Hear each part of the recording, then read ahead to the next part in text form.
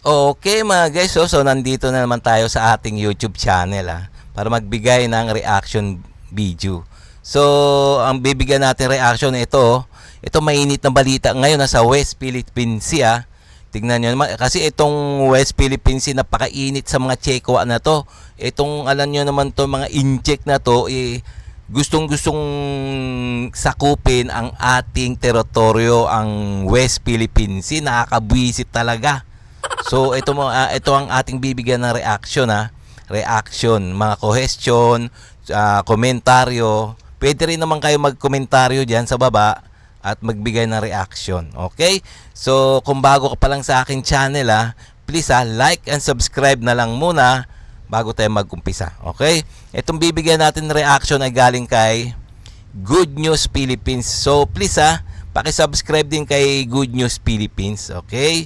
Ang pamagat ng ating ang pamagat ng ating bibigyan ng reaction. Ito, good news naman to, good news. Good news para sa West Philippine Sea. Okay, ito, US Air Force B-52 bombers ipapadala sa Luzon. Gobernador ng Cagayan si Bac sa pwesto. Wow, yung gobernador ng Cagayan, pro-China pala yun. Delikado, no? Tsaka yung US Air Force papadala na sa Luzon. So okay mas maganda nito iano na natin. Panoorin na natin para magbigay na tayo ng reaction. Okay? China mas lalong mahihirapan na atakihin o sakupin man ang Pilipinas. US forces ipapadala sa Pilipinas. Ang isa sa pilit ginagaya, malakas at kinakatakutan ng China na bomber ngayon sa mundo. Ayon sa impormasyong inihayag ng observer sa X, lilipad ang mga B-52 Stratofortress sa Pilipinas bilang panghuling salvo sa kasalukuyang ginagawang Balikatan 2024 sa bansa. Naku China, siguradong iinit na naman ang ulo nila dahil ayan patay kayo mga ching-check kayo. Pinadala ng US Forces yung B-52 bombers papadala na sa Luzon. Yari kayo. Hindi nyo alam kung ano ang kakayahan ng B-52 bombers na yan Ayan yung stealth, hindi nakikita ng radar. Kahit anong radar. Kaya hindi nila alam na nasa bansa na nila yung stealth bombers na yan na bobombahin na sila. Ganyan ang eroplano ng Air Force B-52 bombers. Kaya lago kayo, China. Wiset. dahil hindi lamang isang pagsasanay ang gagawin nito mga kabayan kasama ang Philippine Air Force, kundi dalawa pa lalahok ang B-52 heavy bombers sa coastal defense exercise at counter-landing activity sa hilagang bahagi ng Luzon. Nauna nang nagsagawa ng aerial patrol ang B-52 heavy bombers ng Amerika at FA-50 fighter jets ng Pilipinas noong Pebrero, kung saan ipinakita ang lakas at kakayahan ng Estados Unidos na maabot at magbigay ng seguridad sa kaalyado nito, ang Pilipinas. Ang B-52 ay ginagamit sa strategic attack, close air support, air interdiction, offensive counter-air at maritime operations. Kaya nitong maglunsad ng nuclear at conventional weapons sa kalabang bansa kung kinakailangan. Wow, ang lakas Ang lakas ng ipapadalang mga military equipment ng Amerika, ng US Force, no? Mga bombers. So ayun pinapakita ng Pilipinas at ng US ang kanilang kakayahan kung paano sila tumunaw ng China. 'Di ba? Sige, diretso pa natin. Balitang balikatan pa rin tayo mga kabayan. Nasa bansa na ang unang mga barkong pandigma na ipinadala ng Amerika sa Pilipinas para sa Balikatan 2024. Ang USS Somerset LPD-25, isang amphibious transport dock. Kaya nitong magsakay ng 800 mga sundalo at 4 na Chinook helicopter o 2 MV-22 Osprey. Kasama nito ang USS Harper's Ferry LSD-49, isa ring dock landing ship na kayang magsakay ng nasa mahigit 500 mga US Marines. Amerika ipinakita na sila lang ang tunay na superpower. Sila lang ang may kakayahan na magbigay suportang militar sa mga kaalyado at partners nito na hindi kayang gawin ng China, Iran, Russia at maging ng North Korea. Ayan talaga naman superpower ang Amerika, no? Talaga kaya nga si PBBM nakipag-alyansa. Dati naman talaga magka-alyansa ang Pilipinas at US noon pa man pagkatapos ng World War II. Kaya humanda ka China. Kaya, Pangulong Biden pinirmahan na ang tulong militar para sa Ukraine, Israel, Taiwan at Indo-Pacific region kasama Wow. na ang Pilipinas. Wow! We don't walk away from our allies. We stand with them. That's what it means to be the indispensable nation. That's what it means to be the world's superpower and the world's leading democracy. Isa sa mga taga-suporta ng People's Wow, talagang talagang sinusuportahan tayo ni President Biden, no. Pinirmahan na ng Kongreso ng Amerika ang tulong militar. Sa 3 bansa pa 'yun, sa Taiwan, Malaysia at saka sa Pilipinas. Tignan nyo, ganong kalakas si PBBM. So, kaya yari ang China nito. Pag di pa to lumuhod tong China to, pag di pa to tumino tong China to, ewan ko na lang.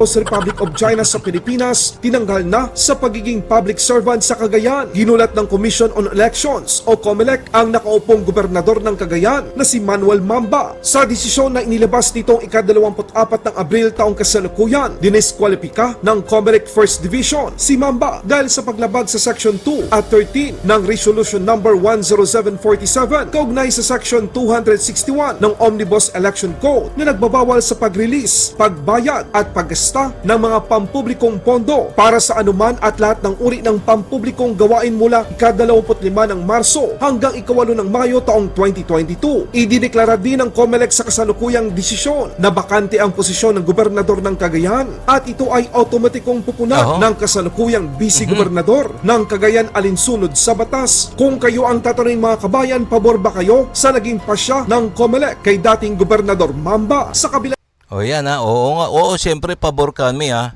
Kasi ito pala yung governor ng Cagayan ano pala yan, maka-pro-China pala yan. Kaya pala hindi siya pumapayag na magkaroon ng EDCA doon sa lugar niya sa Cagayan. So walang nga talaga Talaga buti nga natanggal na.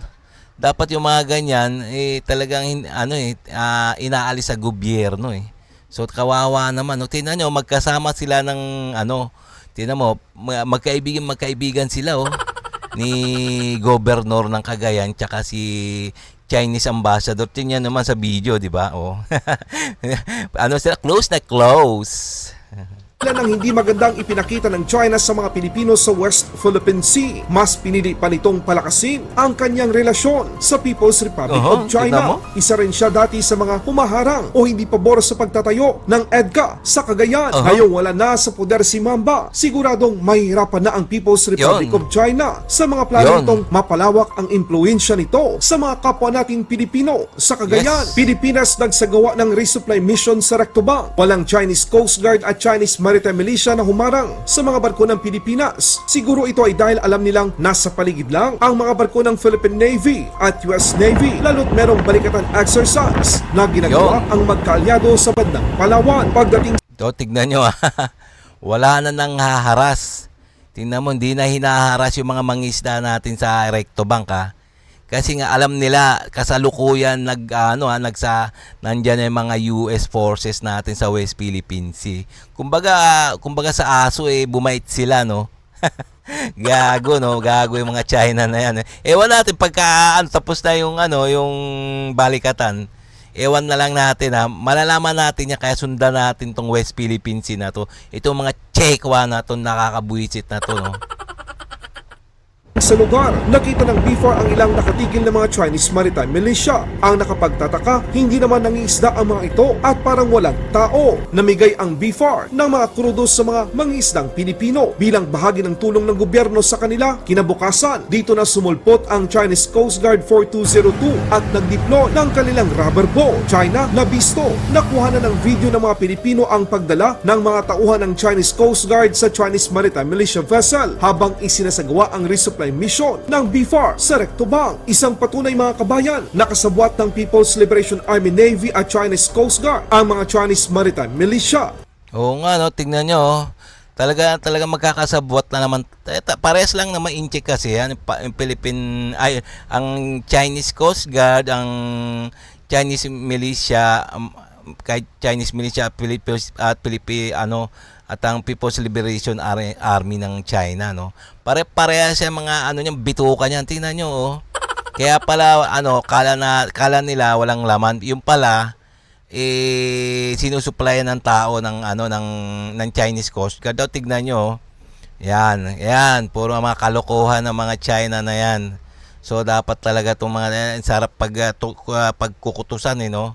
Ang kulit talaga. Nakita rin ng BFAR ang kadudadudang itinambak na lupa o mga patay na coral sa lugar. Posibleng meron na namang binabalak ang China sa Recto Bank na bahagi ng nasasakupan ng Pilipinas na mayaman sa oil at gas.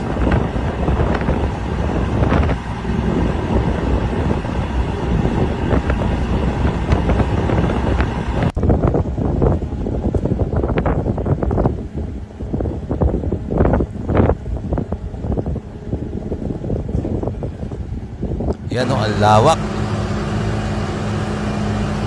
Ayan, may makulit na ayun, na rubber boat na mga singkit.